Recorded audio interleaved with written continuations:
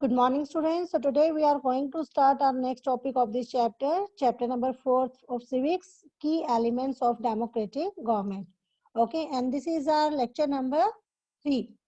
So students, जैसे कि मैंने आपको इस में पहले भी अपने प्रीवियस लेक्चर के अंदर आपको बताया था कि ये जो चैप्टर है आपके पास की elements of a democratic government, तो इसमें हम क्या स्टडी कर रहे हैं?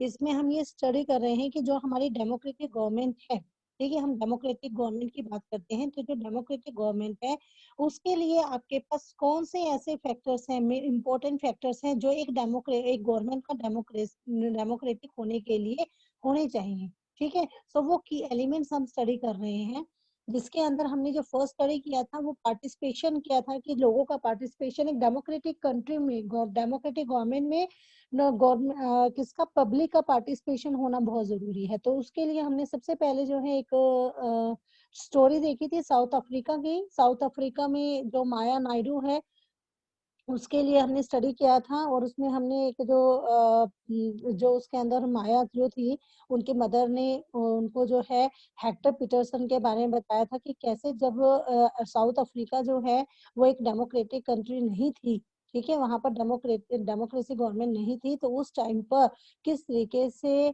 जो हेक्टर पीटरसन जो थे उन्होंने या और उनके साथ जितने भी दूसरे स्टूडेंट्स थे, उन्होंने अपने लैंग्वेज को लेकर प्रोटेस्ट किया था। और उस प्रोटेस्ट के अंदर जो है, जो उस टाइम पर जो वाइट पीपल थे, यानी कि जो ब्रिटेन के जो लोग थे जो वहां पर रहते थे, उन्होंने वहां पर शूट किया। तो शूट करने से एक जो थी बुलेट थी वो हेक्टर पीटरसन को लगी और उनकी डेथ हो गई, ठीक है, वो मर गए। तो यहाँ पर हमने जो है और उसके बाद जो नेल्सन मंडेला जो मेन लीडर रहे हैं उस टाइम के, सो नेल्सन मंडेला और उनके साथ और लीडर ने मिलकर प्रोटेस्ट किया, मूवमेंट किए, और एट द एंड 1994 के अंदर, ओके, 1994 में जो साउथ अफ्रीका थी उसको क्या कर लिया गया, वो इंडिपेंडेंट हो गई, वहां पर डेमोक्रेटिक कंट्री के रूप में वो उभर कर आई। तो फिर हमने ये देखा कि कैसे जो है पार्टिसिपेशन होना एक डेमोक्रेटिक कंट्री के लिए, एक डेमोक्रेसी गवर्नमेंट के लिए सबसे पहला जो की एलिमेंट है वो क्या होना चाहिए, पार्टिसिपेशन। ठीक है, लोगों का पार्टिसिपेशन होना बहुत जरूरी है। तो हमने जो स्टडी की थी वो की थी पार्टिसिपेशन की, कि पार्टिसिपेशन होना क्यों जरूरी है। ठीक है, एक पार्टिसिपेशन के अंदर हमने ये क्या स्टडी किया था कि लोग जो है कैसे पार्टिसिपेट करते हैं, जब भी इलेक्शंस होते हैं तो वो वोटिंग के थ्रू अपने रिप्रेजेंटेटिव जो चूज करते हैं, रिप्रेजेंटेटिव जब वो चूज करते हैं तो वो रिप्रेजेंटेटिव उनके बिहाफ पर क्या करता है, उनके बिहाफ पर कंट्री को चलाता है। और अगर वो उनके जो भी पब्लिक चाहती है, अगर वो उनके उस पर उनके कहें कि उनकी बातों पर नहीं उतरता है, जो वो उनसे चाहते हैं अपनी रिप्रेजेंटेटिव से, अगर वो उसके अकॉर्डिंग काम नहीं करें, तो क्योंकि वो जो गवर्नमेंट होती है वो 5 इयर्स के लिए बनती है, तो आफ्टर 5 इयर्स जो पब्लिक है वो उसे रूलिंग पार्टी से हटा भी सकती है, ठीक है, किसी और को वोट देकर। तो इस तरीके से जो इनडायरेक्टली क्या होता है, सारी पावर किसके हाथ में होती है, पब्लिक के हाथ में होती है। तो पब्लिक जो है अपना पार्टिसिपेशन देती है एक डेमोक्रेसी गवर्नमेंट के लिए के अंदर। तो इसीलिए एक डेमोक्रेसी गवर्नमेंट के लिए सबसे पहला जो एलिमेंट है, जो की एलिमेंट है, वो दैट इज पार्टिसिपेशन। ओके, जो नेक्स्ट जो होते हैं, इसके साथ साथ और भी हमने अदर वेज ऑफ पार्टिसिपेटिंग। आप केवल ये तो नहीं था, हमने ये स्टडी किया था कि केवल पार्टिसिपेशन होना कि वोटिंग के थ्रू आपने रिप्रेजेंटेटिव चुन लिया और उसके बाद आपका काम खत्म हो गया, अब आप 5 साल तक बैठकर पब्लिक ये देखेगी कि गवर्नमेंट क्या काम कर रही है, नहीं कर रही है, वो देखेगी। अगर उसको लगता है कि वो सही काम कर रही है तो नेक्स्ट आफ्टर 5 ईयर फिर से उसे क्या लाएगी, रूलिंग में लाएगी, अदरवाइज उसे हटा देगी। लेकिन ऐसा नहीं है, क्योंकि 5 साल का पीरियड जो होता है वो बहुत लॉन्ग पीरियड होता है, और उसके अंदर जो है लोगों का पार्टिसिपेशन उसमें भी होना जरूरी है। सो जो अदर वेज ऑफ पार्टिसिपेटिंग, तो और भी दूसरे वेज होते हैं जिनके थ्रू पब्लिक को पार्टिसिपेट करना चाहिए। तो वो पब्लिक कैसे पार्टिसिपेट करती है, वो गवर्नमेंट के जो काम होते हैं, उनका जो वर्क होते हैं, उसको उसके अंदर इंटरेस्ट दिखाती है और उनको क्रिटिसाइज भी करती है अगर गवर्नमेंट जो है कोई भी ऐसा डिसीजन लेती है जो पब्लिक के फेवर में नहीं होता है। तो पब्लिक उसके जो है अगेंस्ट क्या करेगी, प्रोटेस्ट भी करती है और उन्हें गवर्नमेंट को मजबूर कर देती है कि वो उस अपने जो उनका रॉन्ग डिसीजन था, जो पब्लिक के हिसाब पब्लिक को लगता है कि वो डिसीजन रॉन्ग है, तो वो उसे विड्रॉ भी करवा सकती है। ओके, सो बहुत सारे ये वेज हैं और हमने देखे थे अदर वेज कौन से थे, कैसे वो करेगी। इसमें पार्टिसिपेटिंग वो क्या करती है, धरना देती है, रैलीज निकालती है, स्ट्राइक करती है, सिग्नेचर कैंपेन का यूज करती है। तो ये सब इनके थ्रू गवर्नमेंट के अंदर, डेमोक्रेसी गवर्नमेंट में जो पब्लिक है वो अपना पार्टिसिपेशन देती है। Okay, next we discussed about the need to resolve conflicts। अब हमने ये देखा कि गवर्नमेंट के अंदर जो है ना, मतलब एक डेमोक्रेसी गवर्नमेंट के अंदर एक चीज क्या होनी चाहिए कि देखिए, अब हमें पता है कि हमारी जो कंट्री है वो एक डाइवर्स कंट्री है, यानी जिस पर जो है डिफरेंट क्या होता है, आपके पास अलग अलग जो है different cultures, religion, region and economic background के जो लोग हैं वो एक साथ रहते हैं। ठीक है, तो सिंपल सी बात है, जब इस तरीके से डिफरेंट कल्चर्स, रिलीजन, रीजन और इकोनॉमिक बैकग्राउंड्स के लोग रहेंगे, तो जब वो आपस में मिलेंगे तो कॉन्फ्लिक्ट्स भी होंगे, किसी ना किसी बात पर लेकर विवाद भी होंगे उनके। ठीक है, तो वो जो कॉन्फ्लिक्ट्स होते हैं, एक डेमोक्रेटिक गवर्नमेंट का एक ड्यूटी ये भी बनती है, एक रिस्पॉन्सिबिलिटी ये भी होती है कि वो उन कॉन्फ्लिक्ट्स को, उन विवादों को खत्म करे, एक सोल्यूशन निकाले। ये रिस्पॉन्सिबिलिटी किसकी होती है, गवर्नमेंट की होती है। ओके, तो हमने देखा कि किस तरीके से अगर कोई कॉन्फ्लिक्ट्स होते हैं तो कई बार वो वॉयलेंस का कारण बन जाते हैं, वहां पर वॉयलेंट हो जाता है, लोग हिंसात्मक हो जाते हैं। तो इस सिचुएशन से बचने के लिए जो हमारी गवर्नमेंट है, जो हमने देखा था यहाँ पर, देखिए, government is responsible for helping the resolve conflicts. जो गवर्नमेंट जो है वो रिस्पॉन्सिबल होती है इन कॉन्फ्लिक्ट्स को रिजोल्व करने में उनकी हेल्प करने के लिए। ठीक है, तो उसको ये हेल्प करनी ही पड़ती है, गवर्नमेंट का ये रिस्पॉन्सिबिलिटी है। और हमारा जो इंडियन कॉन्स्टिट्यूशन है उसके अंदर कुछ बेसिक रूल्स एंड लॉज जो हैं, बेसिक रूल्स एंड लॉज बनाए गए हैं जिसे हर किसी को फॉलो करना है, चाहे उसमें आपकी गवर्नमेंट आ जाए और या फिर पब्लिक आ जाए।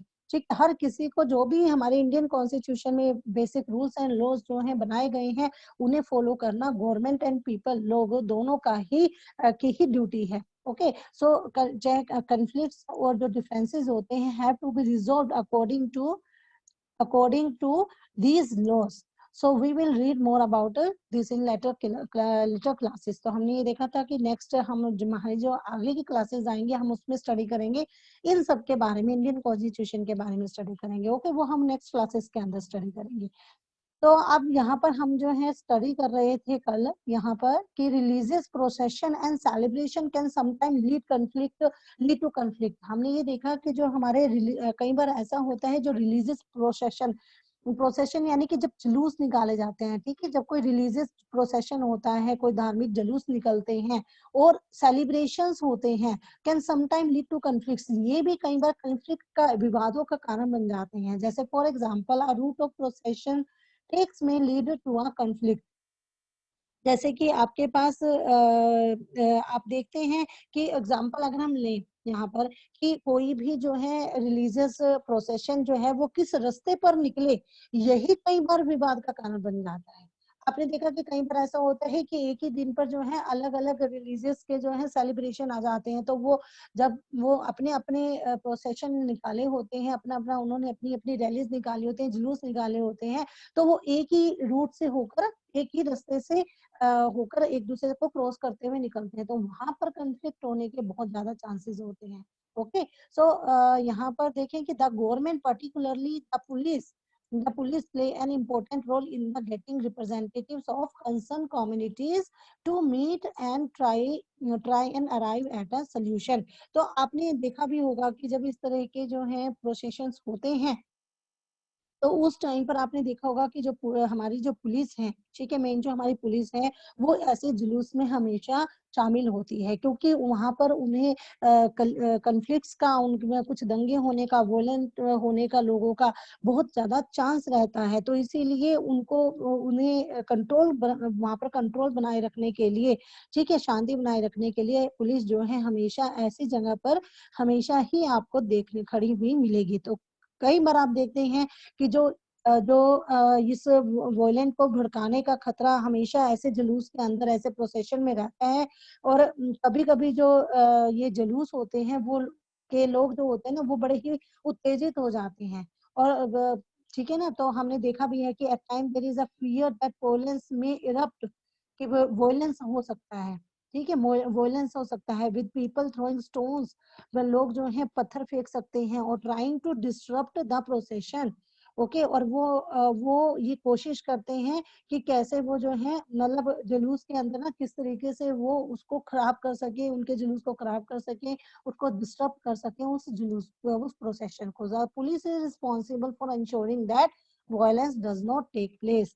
ठीक है, तो अब हमारी जो पुलिस है, जो हमारी गवर्नमेंट है, खासतौर पर जो हमारी पुलिस है, वो ऐसे मौकों पर बहुत ही इम्पोर्टेंट रोल प्ले करती है। और पुलिस जो है, उसकी ये रिस्पॉन्सिबिलिटी होती है कि वो ये इंश्योर करती है, उसको ये इंश्योर करने की होती है कि आपस में जो टकराव की स्थिति है, सिचुएशन है, वो पैदा ना हो। ठीक है, वो उसको ये इंश्योर करना पड़ता है। The police is responsible for ensuring that violence does not take place, कि उसको ये इंश्योर करना पड़ता है, उसकी रिस्पॉन्सिबिलिटी है पुलिस की, कि वोलेंस कहीं पर ना हो। ठीक है, ओके। सो इसी तरीके का हम एक और देखो, हम ऐसे एक एग्जांपल लेते हैं। एक कॉन्फ्लिक्ट्स जो होते हैं रिवर्स को लेकर, आप देखते हो कि जो हमारी रिवर्स हैं, देखो वो तो क्या होती हैं, वो हमेशा फ्लो करती हैं, एक जगह से दूसरी जगह फ्लो करती है रिवर हमारी। ठीक है, तो ये तो नहीं है कि रिवर एक एक एक मान लो एक स्टेट के अंदर बह रही है तो वो दूसरे स्टेट में नहीं जाएगी, ऐसा तो नहीं है। ठीक है ना, जो रिवर जो होती है वो हमेशा फ्लो करती है, एक स्टेट से दूसरे स्टेट में, दूसरे स्टेट से तीसरे स्टेट में, तो इस तरीके से वो फ्लो करती है। तो आप देखते हो कि ये जो रिवर्स होती हैं, इनका जो पानी के लिए भी, इन रिवर्स के लिए भी कन्फ्लिक्ट होता है स्टेट्स के बीच में।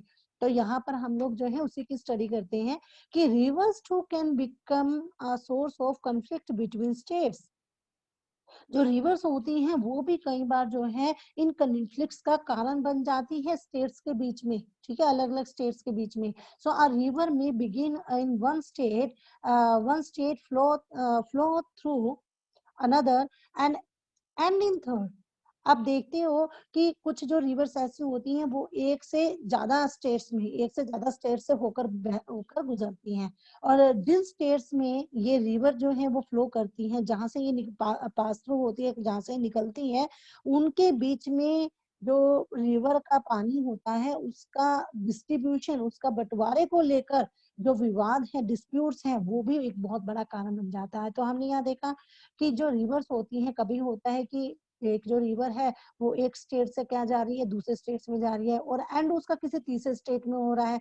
So the sharing of river water between different states, तो इस रिवर के वाटर को की शेयरिंग को लेकर ये डिफरेंट जो अलग अलग स्टेट्स हैं, डिफरेंट स्टेट्स हैं, इनके बीच में क्या होंगे, दैट द कन्फ्लिक्ट्स होते हैं, विवाद होते हैं, that the river goes through is becoming an issue of conflict.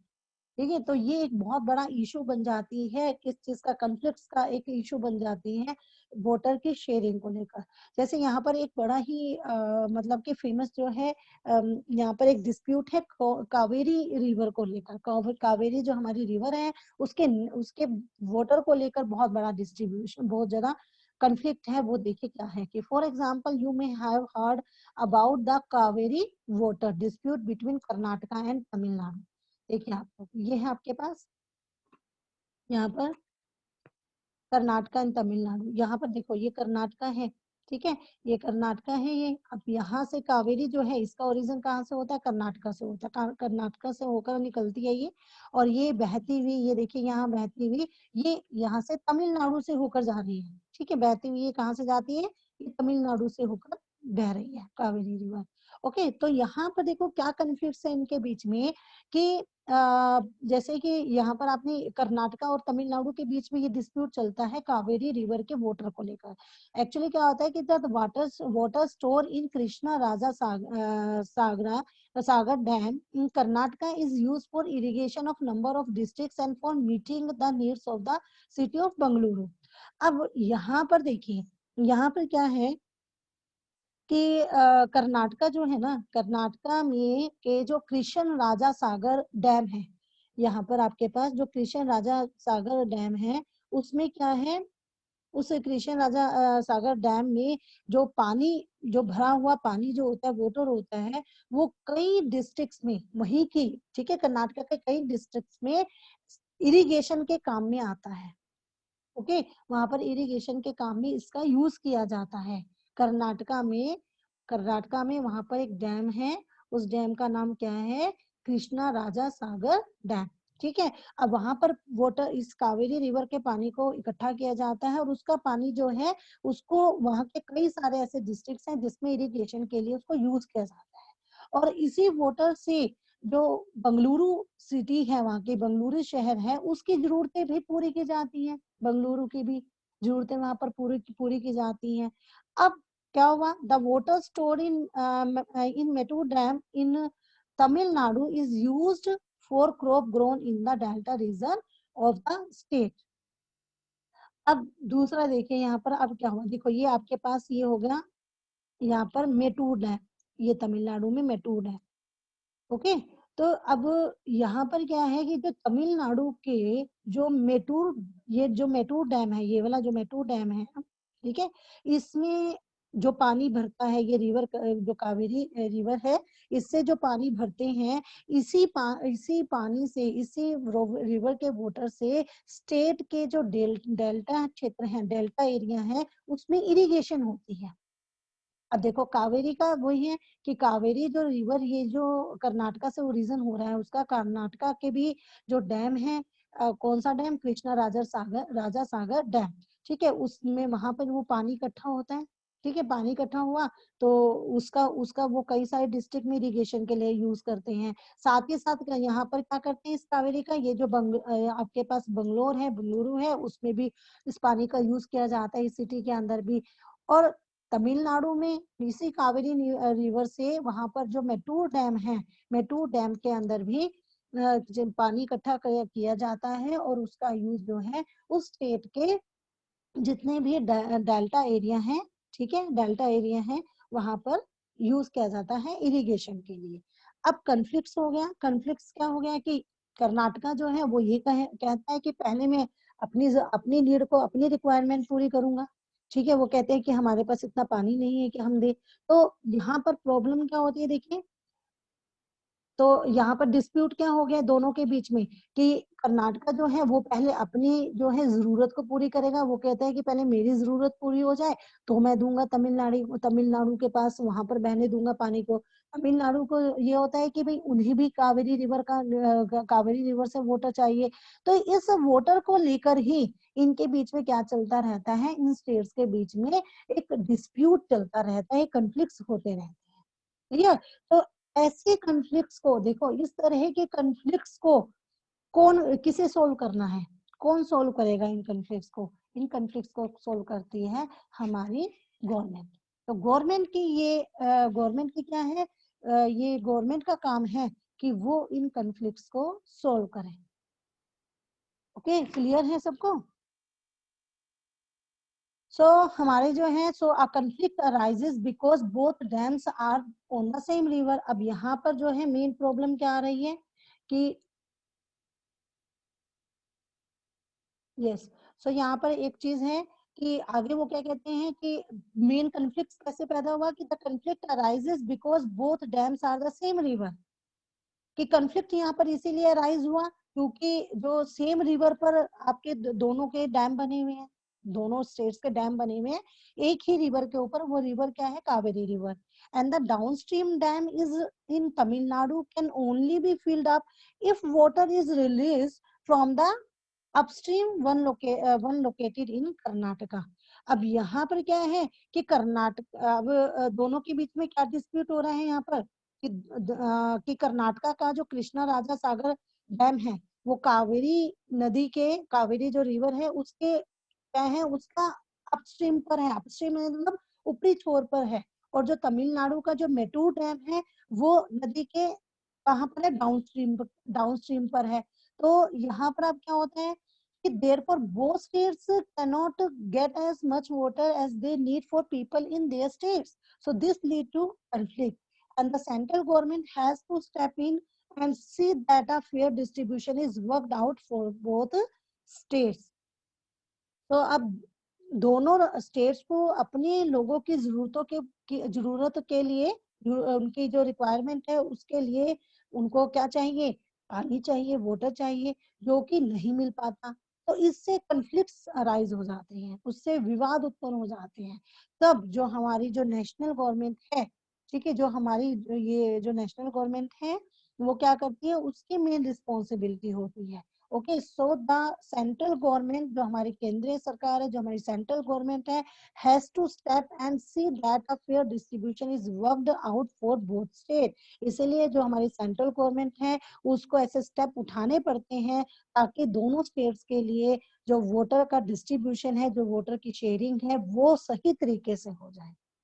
Clear students? तो ये आपको कॉन्फ्लिक्ट समझ में आया हमने कि कैसे जो है कावेरी रिवर जो है उसकी प्रॉब्लम चली, कावेरी, क्योंकि कावेरी डैम जो है, कावेरी रिवर जो है उसके ऊपर दो स्टेट्स के डैम हैं, ठीक है, सेम रिवर के ऊपर।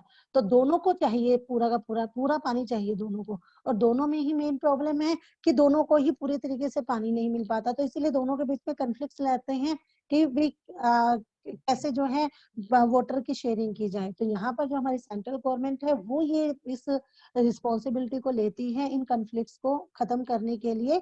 वो क्या करेगी, वो दोनों के बीच में मतलब कि इस तरीके से शेयरिंग करती है वोटर की कि दोनों को इक्वल वोटर जो है रिवर का वो मिले। क्लियर? तो इस तरीके से ये कॉन्फ्लिक्ट्स को रिजोल्व करती है। Okay, so the now the last topic of this chapter is equality and justice. So हमारे पास जो नेक्स्ट जो है एलिमेंट है डेमोक्रेटिक गवर्नमेंट का, वो है इक्वालिटी एंड जस्टिस। अब देखिए, ये सबको पता है इक्वालिटी। पीछे हमने आपने देखा कौन से वाला, आपने एक स्टोरी पीछे पढ़ी है, आपने स्टोरी पीछे स्टार्टिंग में पढ़ी थी ना, जो आपके हेक्टर पीटरसन थे, ठीक है, साउथ अफ्रीका की स्टोरी पढ़ी। तो वहां आपने देखा कि वहां इक्वालिटी नहीं थी। हाँ, जो वहाँ के नेटिव थे, जो वहाँ के रहने वाले लोग थे, अफ्रीकन्स थे, और जो हमारे इंडियंस थे, उनको क्या किया जाता थे, उनको वो इक्वालिटी नहीं मिलती थी कंपैरेटिवली जो वहाँ पर वाइट थे, जो अंग्रेज थे उनके कंपैरेटिवली। तो काफी जो इक्वालिटी नहीं थी, जब इक्वालिटी नहीं होगी तो सिंपल सी बात है, इक्वालिटी नहीं है तो जस्टिस नहीं है, न्याय नहीं मिलता उन्हें। और अगर जस्टिस नहीं है, अगर कहीं पर जस्टिस नहीं है तो सिंपल है कि वहां इक्वालिटी नहीं है। यानी दोनों चीजें एक साथ चलती हैं, इक्वालिटी है तो जस्टिस है, जस्टिस है तो इक्वालिटी है। Okay, so one of the key idea of a democratic government is its commitment to equality and justice. Equality and justice are inseparable. So एक डेमोक्रेटिक गवर्नमेंट के जो मेन जो उसके क्या है की आइडियाज हैं, उन की आइडियाज में से एक है, उसका है जस्टिस और इक्वालिटी। ठीक है, जस्टिस एंड इक्वालिटी के को लेकर एक कमिटमेंट होना गवर्नमेंट का, गवर्नमेंट एक कमिटमेंट करती है, उसका कमिटमेंट होता है कि इक्वालिटी और जस्टिस को वो यहाँ पर बनाए रखेगी अपनी कंट्री में। सो इक्वालिटी एंड जस्टिस एक दूसरे से कभी भी अलग नहीं किए जा सकते, क्योंकि जहां पर इक्वालिटी होगी वो दोनों इंसेपरेबल हैं, एक दूसरे से जुड़े हुए हैं। ठीक है, उनको कभी भी आप डिवाइड नहीं कर सकते एक दूसरे से कि जहां इक्वालिटी हो वहां जरूरी नहीं है जस्टिस, और नहीं, जहां इक्वालिटी होगी वहां जस्टिस जरूर होगा, और जहां जस्टिस है इट मींस वहां इक्वालिटी ऑटोमेटिकली है। ओके, तो दोनों क्या है, इंसेपरेबल है, दोनों आपके क्या है, डिवाइड नहीं हो सकते, अलग नहीं हो सकते। So the earlier practice of untouchability is now banned by law. अब पहले आपने देखा होगा, देखो बच्चे, अनटचेबिलिटी आपने सुनी है ना, कि पहले जो थी अनटचेबिलिटी को बड़ा की प्रैक्टिस बड़ी चलती थी। जैसे लोगों को क्या है, किसी को अपर कास्ट का समझते थे, किसी को लोअर कास्ट का, लोअर कास्ट के साथ बहुत ज्यादा क्या किया जाता था, इनजस्टिस किया जाता था, उनको छूना भी मना था। तो the earlier practice of untouchability is now ban. अब ये बैन हो चुकी है, अनटचेबिलिटी का जो ये अनटचेबिलिटी है उसको लेकर अब ये बैन हो चुकी है ये चीज। अब कोई भी छुआछूत की प्रथा जो है वो यहाँ पर नहीं चलती है, कानून के द्वारा, लॉ के द्वारा उसे बैन कर दिया गया है। And this group of people were deny education, transport और medical facilities, even the chance to offer prayers. अब बहुत लंबे टाइम तक जो ये क्या थे, जो ये दलित थे, ठीक है, ये जो अनटचेबल थे, उनको एजुकेशन का, ठीक है, उनको उनके एजुकेशन के लिए, उनको ट्रांसपोर्ट में, या आप हेल्थ मेडिकल फैसिलिटीज की बात करें, ठीक है, और ट्रांसपोर्ट की बात करें, तो उन सभी फैसिलिटीज से उनको क्या कर दिया गया था, उन्हें दूर रखा गया, उन्हें वो फैसिलिटीज प्रोवाइड नहीं की गई, ठीक है। और but doctor Ambedkar, whom you have read about earlier in this book, and many others like him, realized that such practices must not continue and that justice can only be achieved when people are treated equally. तो अब जो हमारे जो doctor Ambedkar थे, जिनके बारे में आपने पहले भी पढ़ा है कि कई कई दूसरे और भी लोगों ने इस बात के ऊपर जोर दिया, ठीक है, उन्होंने इस चीज के ऊपर जोर देकर कहा कि ये जो प्रथा है, ये जो प्रथा, जो ये अनटचेबिलिटी जो है, इस चीज को क्या किया जाए, ये जो प्रथा है ये अमानवीय है, ये गलत है, ये प्रथा, ठीक है। सो उन्होंने ही कई सारे ऐसे थे जिन्होंने रियलाइज किया कि ये जो प्रैक्टिस थी मस्ट नॉट कंटिन्यू, ये कंटिन्यू नहीं रहनी चाहिए, and that justice can only be achieved when people are treated equally. इस और आप तभी जो है जस्टिस आ सकता है कंट्री के अंदर, तभी लोगों को न्याय मिल सकता है जब सभी लोगों को इक्वली ट्रीट किया जाए, किसी को कम या किसी को ज्यादा नहीं मानना चाहिए, किसी को अपर कास्ट का, किसी को लोअर कास्ट का। जब तक आप इन चीजों में रहोगे तब तक आप उस कंट्री के अंदर, उस डेमोक्रेटिक कंट्री के अंदर जस्टिस को, इक्वालिटी को, मतलब जस्टिस को नहीं ला सकते। तो इक्वालिटी होनी जरूरी है, सबको इक्वल माना जाए। तो यहाँ पर the government also recognises that this and makes special provision for the groups within society that are unequal. अब यहाँ पर क्या है कि द गवर्नमेंट ऑल्सो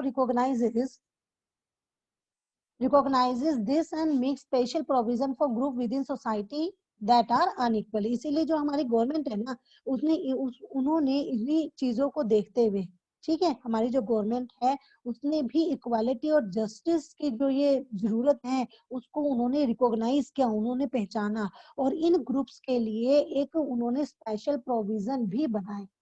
उन्होंने ये फील किया, उन्होंने ये रियलाइज किया कि ये सही है, इक्वालिटी एंड जस्टिस होना चाहिए। तो इसीलिए उन्होंने जो ये ऐसी इस सोसाइटी में इस तरह के ग्रुप थे जिनको कि क्या माना जाता था, मिनोरिटी में माना जाता था, मिनोरिटी में होते थे और इनको इस तरीके से इनके साथ बिहेव किया जाता था, उनके लिए कुछ स्पेशल प्रोविजन बनाए गए। So for instance in our society there is a general tendency to value and care for the boy child more than a girl child. जैसे कि आप लोग देखते हो कि हमारी सोसाइटी में आम जो है ना, लोगों के में मतलब जनरल टेंडेंसी क्या है कि जनरल टेंडेंसी ये है कि हमारे यहाँ पर जो बॉय होता है, ठीक है, जो बॉय चाइल्ड होता है उसको गर्ल चाइल्ड के कंपैरेटिवली उसकी केयर ज्यादा की जाती है और उसकी वैल्यू ज्यादा होती है, उसको वैल्यू ज्यादा दी जाती है, उसकी केयर भी ज्यादा की जाती है। ये एक जनरल टेंडेंसी है हमारे यहाँ सोसाइटी के अंदर। So this means that society does not value the girl and boy child equally and this is unjust. तो अब यहाँ पर इसका मतलब अब क्या है कि इसका मतलब ये हुआ कि society does not value the girl, कि सोसाइटी जो है वो गर्ल्स को वैल्यू नहीं दे रही है, वो वैल्यू नहीं देती, और boy child equally and this is the unjust. मतलब जैसा कि बॉयज के साथ बॉयज को जो बॉय चाइल्ड है उसको जो वैल्यू दी जाती है, जो उसको फैसिलिटीज दी जाती है, जो उसकी केयर की जाती है, वो गर्ल्स के साथ नहीं की जाती। तो ये भी क्या है, ये भी अनजस्टी तो है, ये भी तो एक अन्याय है। So in this context the government step into promote justice by providing special provision that can enable girls to overcome the injustice that they were they are subjected to. इसीलिए हमारी जो गवर्नमेंट है उसने कुछ ऐसे स्पेशल जो है provision बनाए हैं जिससे कि गर्ल्स अपने साथ होने वाले इस अनजस्टिस से छुटकारा पा सके। उन्होंने ऐसे कुछ प्रोविजंस बनाए हैं and thus it is possible that fees for fee for girls might be waived or lower in the government schools or colleges. तो इसीलिए हमारी गवर्नमेंट ने क्या किया है, जो यहाँ के गवर्नमेंट स्कूल्स हैं और कॉलेजेस हैं उसमें गर्ल्स की जो फीस है उसको या तो खत्म कर दिया गया है बिल्कुल कि फ्री में गर्ल्स को पढ़ाया जाएगा, या कम करने का प्रोविजन बनाया गया है। ठीक है, किस लिए बनाया गया है, किस लिए बनाया गया है, ताकि इस प्रॉब्लम मतलब कि ये जो अनजस्टिस होता है हमारी सोसाइटी के अंदर बॉय चाइल्ड और गर्ल चाइल्ड के बीच में, ठीक है, उनको लेकर तो वो दूर किया जा सके, वो खत्म किया जा सके। तो स्टूडेंट्स ये जो चैप्टर है ये चैप्टर आपके पास था की elements of a democracy government. और इस डेमोक्रेसी गवर्नमेंट के होने के लिए, एक डेमोक्रेटिक गवर्नमेंट के होने के लिए कौन कौन से इंपॉर्टेंट एलिमेंट्स, कौन कौन से ऐसे फैक्टर्स हैं जो होने चाहिए डेमोक्रेटिक गवर्नमेंट के लिए, वो हमने स्टडी किया। जिसमें हमने देखा कि पहले तो हमने देखा कि क्या होना चाहिए, पार्टिसिपेशन होना चाहिए लोगों का। ठीक है, पार्टिसिपेशन के साथ साथ और भी दूसरे अदर वेज ऑफ पार्टिसिपेटिंग के और भी दूसरे वे होने चाहिए, क्योंकि 5 इयर्स के लिए हम अपने जो है पार्टी को चुनते हैं, अपने रिप्रेजेंटेटिव को चुनते हैं, तो उस 5 इयर्स के अंदर भी हम लोगों का पार्टिसिपेशन रहना चाहिए। तो वो दूसरे कौन से वे हैं जिनके थ्रू हम जो है अपने गवर्नमेंट के साथ जुड़कर रह सकते हैं। ठीक है, तीसरा हमने देखा कि एक और थर्ड जो कि इम्पोर्टेंट के एलिमेंट था, नीड टू रिजॉल्व कन्फ्लिक्ट, कि एक डेमोक्रेटिक गवर्नमेंट के लिए ये होना जरूरी है कि गवर्नमेंट की रिस्पॉन्सिबिलिटी हो कि वो लोगों के बीच में जो कन्फ्लिक्ट्स होते हैं उनको वो रिजॉल्व कर सके। और जो लास्ट हमने देखा, last is the equality and justice. ठीक है, जो फोर्थ हमारे पास है की एलिमेंट एक डेमोक्रेटिक गवर्नमेंट का, वो है equality and justice. This is the important key element of the democratic government, equality and justice. क्योंकि जहां पर इक्वालिटी और जस्टिस ये दोनों रहेंगे, जहां पर इक्वालिटी रहेगी, जस्टिस रहेगा, वहां ऑटोमेटिकली क्या होगा, आपके पास सारी जो सोसाइटी है, जो हमारी सारी इकोनॉमी है, वो अपने आप ऑटोमेटिकली बिल्कुल सही चलेगी। ठीक है, कोई प्रॉब्लम्स कहीं पर कोई कन्फ्लिक्ट नहीं होंगे, कोई प्रॉब्लम नहीं होंगी। तो इसीलिए ये जो है इम्पोर्टेंट की एलिमेंट्स हैं, दीज आर द इम्पोर्टेंट की elements of key elements of our democratic government: participation, other ways of participating, okay, need to resolve conflicts, and the last is equality and justice. Okay, students, so this chapter is completed now. So that's all for today. Have a good day.